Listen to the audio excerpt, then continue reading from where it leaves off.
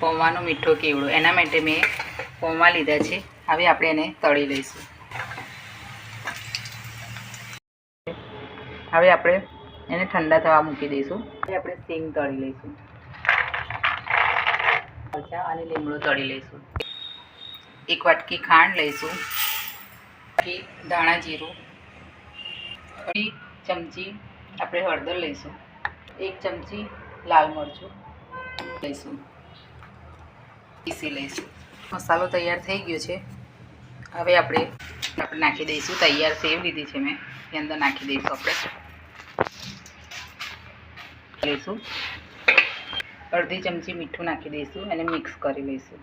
જરા મસાલો નાખી દઈશું. લઈશું આ રીતે કરી લઈશું. છો તો પ્લીઝ તમને મારી વિડીયો ગમતી હોય તો લાઈક અને સબસ્ક્રાઈબ કરવાનું ભૂલતા નહીં.